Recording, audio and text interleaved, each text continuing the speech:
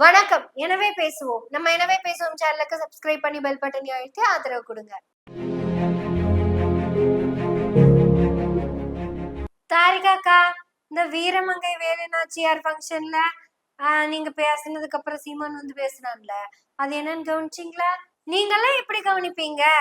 எவனுக்கு தமிழ் குருதி ஓடுகிறதோ, குருதினா ரத்தம், எவனுக்கு தமிழ் ரத்தம் ஓடுகிறதோ அப்படின்னு வேலுநாச்சியாரும் மருதருவனும் அப்படி யாரோ 2 பேரு கூப்பிட்டாங்களாமா. யாரெல்லாம் தமிழ் ரத்தம் ஓடுறவனோ அவெல்லாம் என் கூட வான்னு.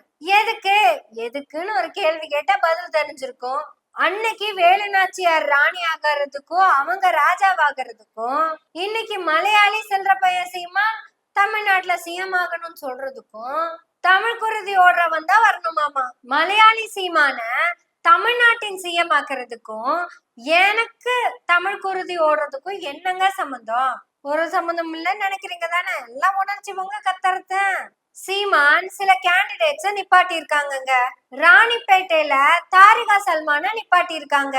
வேற ஒரு ஊர்ல அபுபக்கரை நிப்பாட்டி இருக்காங்க.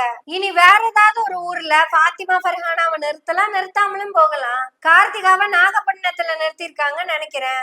ஆனா சீமான் தன்னுடைய சொந்த ஊருக்கு போய் பேசின பேச்ச பாத்தீங்களா? நான் ஒரு மரவனை நிறுத்தி இருக்கேன், ஒரு கோணார நிறுத்தி இருக்கேன், ஒரு தேவேந்திர குல வேளாளரை நிறுத்தி இருக்கிறேன், ஒரு நாடாரையும் நிறுத்தி இருக்கிறேன். இந்த கோணாரும் தேவரும் தேவேந்திர குல வேளாளரும் நாடார சிஎம் ஆக்குங்கன்னு கேக்குறா. அப்படி சரி, இத்தனை பேத்துக்கு இத்தனை பேசுனியே, ஏன் அபுபக்கருக்கும் தாரிகாக்கும் ஃபாத்திமா ஃபர்ஹானாக்கும் இந்த வார்த்தையை சொல்லல? கார்த்திகாக்கு கூட இந்த வார்த்தையை நீங்க சொல்லல. நீங்கெல்லாம் எம்பிசினா அதை பெருமையா பேசிக்குவீங்க. தேவேந்திர குல வேளாளரை எம்பிசில சேர்த்துக்கங்க அப்படின்னு சொல்றதும் நீங்க பெருமையா பேசிக்குவீங்க. நீ தானடா சொன்ன சாதி பார்த்து போடுற ஓட்டு எனக்கு தீட்டுன்னு. அப்ப இந்த மறவர் என்பதும் தேவர் என்பதும் கோணார் என்பதும் ஏன் நாடார் என்பது இங்க என்ன? சாதி பார்த்து போடுற ஓட்டு தீட்டு. மறவர் நான் நிறுத்துற தேவேந்திரர், பிரபாகரன் மகன் நிறுத்துற நாடார், பிரபாகரன் மகன் நிறுத்துற கோணார், பிரபாகரன் மகன் நிறுத்துற முத்தரையர், பிரபாகரன் மகன் நிறுத்துற மீனவர். இதுல எந்த மீனவனை நீ தேர்வு செய்ய போற? இல்ல எந்த கோணாரை, எந்த நாடாரை, எந்த மறவரை, எந்த தேவேந்திரர் கூட நீ நிக்க போற? ஐயா கருணாநிதி மகன் ஸ்டாலின் நிறுத்துற மறவரோடவா தேவேந்திரோடவா? பிரபாகரன் மகன் சீமான் நிறுத்துற மறவர் கூடவா தேவேந்திர கூடவா கோணாரோட யாரோட நிக்க? நான் சாதி பார்த்துதான் வேட்பாளரை போடுவேன், நீ போடு ஓட்டு. சாதி இல்லைன்னு பேசிக்கிட்டு இருந்த சில்ற பையன் சாதிக்காக பேச ஆரம்பிச்சிட்டான். என்ன தாரிகா சல்மான், உங்க சாதிய சொல்ல முடியாம போச்சுன்னு அவன் வருத்தம் தான் பட்டுக்கிட்டு இருக்கான். அபுபக்கர் தன்னுடைய சாதிய சொல்ல முடியாம போனதுக்கான விஷயம் என்னன்னு தெரியுமா? அபுபக்கர், உங்க தாத்தாவோட தாத்தா யாரோ ஒருத்தங்க என் தாத்தாவோட தாத்தன மாதிரி தாழ்ந்த சாதி பயலுக, தொட்டா தீட்டா பார்த்தா தீட்டான்னு தெரியல, ஏன் புழங்க கூடாத சாதியானும் தெரியல. அவ்வளவு கேவலப்பட்டு இந்த மண்ணுல இருந்தப்ப எங்கேயோ இருந்து வந்த ஒரு மார்க்கம் நமக்கு ஒரு மார்க்கத்தை காமிச்சுது. மார்க்கம் என்ன சொல்லுது? இங்க சாதி இல்ல வாங்கன்னு கூப்பிடுது. உடனே தாரிகா சல்மான், ஃபாத்திமா ஃபர்ஹானா, அபுபக்கர், ஏன் தாத்தன் உட்பட எல்லாருமே இந்த சாதி இழிவு என்னை விட்டு நீங்கன்னா போதும்னு அந்த மார்க்கத்தை கடைபிடிச்சாங்க. இப்ப அந்த மார்க்கத்துல இருக்கிற நீங்க என்ன பண்றீங்க? மீண்டும் சாதி இழிவை பேசுற அந்த நாய்கிட்ட வந்து நின்னு குலைச்சிட்டு இருக்கீங்க. அவன் தான் உங்களை எல்லாம் என்ன சொன்னா, மீண்டும் மரச்சக்கு எண்ணெய்க்கு திரும்புற மாதிரி தாய் மதத்துக்கு திரும்புங்க அப்படின்னா என்ன அர்த்தங்கிறது உங்க 4 பேத்துக்கும் தெரியல.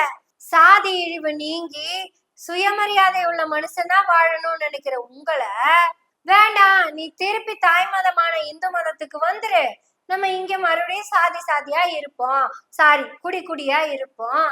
இப்படி இருந்தாதான் பாரதிக்கு நல்லது.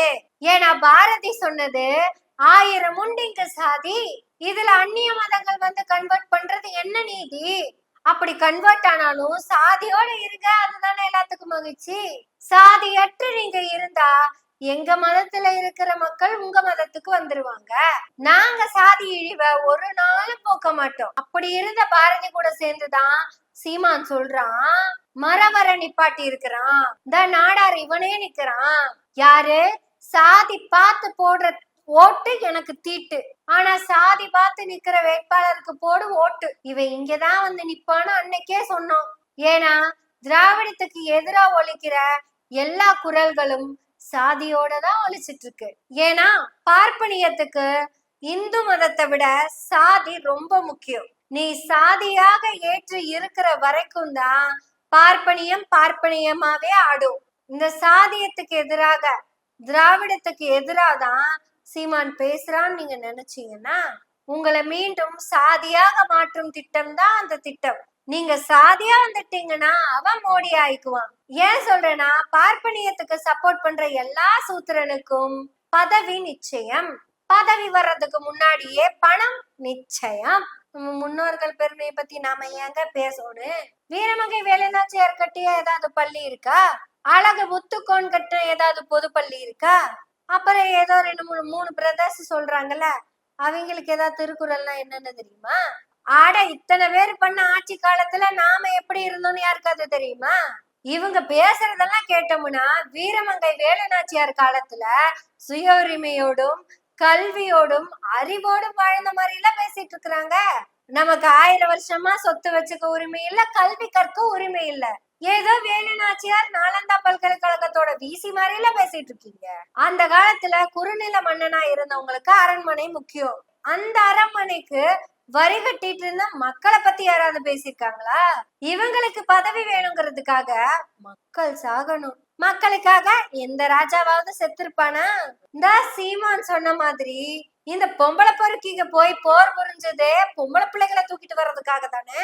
அங்க போய் 60 பொம்பளைங்களை தூக்கிட்டு வர்றதுக்கு 60,000 யானையை தூக்கிட்டு போனாங்களாமா. இவங்கனால அந்த மக்களுக்கும் மொழிக்கும் என்ன பெருமை கிடைச்சது? வள்ளுவர் எழுதின திருக்குறளும் ஔவையார் எழுதிய ஆத்திச்சூடியும் ஆங்கிலேயர்கள் வந்ததுக்கு அப்புறம் தான் நமக்கே கிடைச்சது. ஒரு முப்பாட்டர்களுக்கும் தமிழ் எழுத படிக்க தெரியாது. வீரமங்கை வேலுநாச்சியார் மட்டும் பேசிட்டா போதுமா?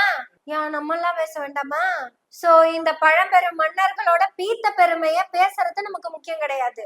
மக்களாகிய நாம் எப்படி இருந்தோம், அன்னைக்கு எப்படி அடிமையா கிடந்தோம், இன்னைக்கு எப்படி உயர்ந்து வந்திருக்கோங்கிறத பத்தி தான் நாம பேசணும். ஆக சிறந்த மொழியான தமிழவே வெகுஜன மக்கள் எழுத படிக்க ஆரம்பிச்சு வெறும் 100 வருஷம் தான் ஆச்சு. ஏதோ 4-5 பேர் படிச்சு வச்சாங்க. அது நமக்கு எதுக்கு? உங்க தாத்தனும் என் தாத்தனும் ஒண்ணுமே படிக்காம இருந்தாங்கல்ல. இதுல இந்த விளக்கணைக்கு வேற பெருமையா பேசிக்கோங்க, நாங்க மலைக்கு கூட பள்ளிக்கூடமாக்க ஒதுக்குனது நீங்க அப்படின்னு. எவனுமே பேசாத தமிழ் மொழிய வேலுநாச்சியார் மட்டும் என்ன வாழ வச்சுட்டாங்களா? அவங்க ப்ராப்பர்ட்டி இஷ்யூக்கு அவங்க போராடினாங்க, அவங்க ஜெயிச்சாங்க.